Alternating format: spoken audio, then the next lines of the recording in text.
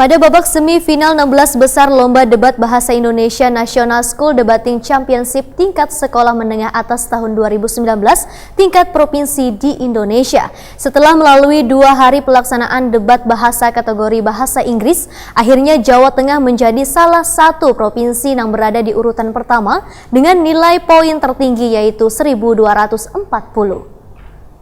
Dari 34 tim Lomba Debat Bahasa Indonesia National School Debating Championship tingkat nasional menengah atas tahun 2019, tingkat provinsi di Indonesia yang diselenggarakan di SMA Negeri 7 Jalan Dharma Praja Banjarmasin Timur, kemarin Jumat 17 Agustus 2019 sudah tersisih sebanyak 16 tim. Pada babak semifinal 16 besar ini, setelah melalui 2 hari pelaksanaan debat bahasa kategori bahasa Inggris, akhirnya Jawa Tengah menjadi salah satu provinsi yang berada di urutan pertama dengan mendapatkan nilai poin tertinggi yaitu 1.240.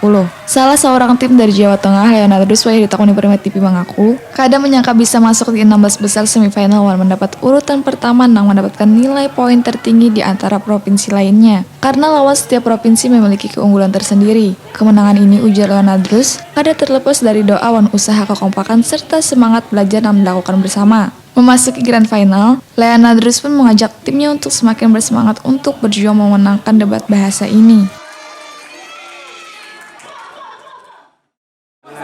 Berdasarkan nilai nggak sih? Berdasarkan victory point-nya. Oh, jadi paling tinggi gitu ya? Poinnya ya? Iya. Jadi Jawa Tengah dapat poin berapa tadi? Kalau Jawa Tengah tadi dapat 5. Kalau tadi beberapa kali sih bisa berhasil nyanggah beberapa, tapi juga kalau menurut kami itu juga belum bisa maksimal juga. Nah ini persiapannya untuk ke tahap selanjutnya apa? Untuk persiapan tahap selanjutnya sih kemungkinan akan latihan lagi. Ya.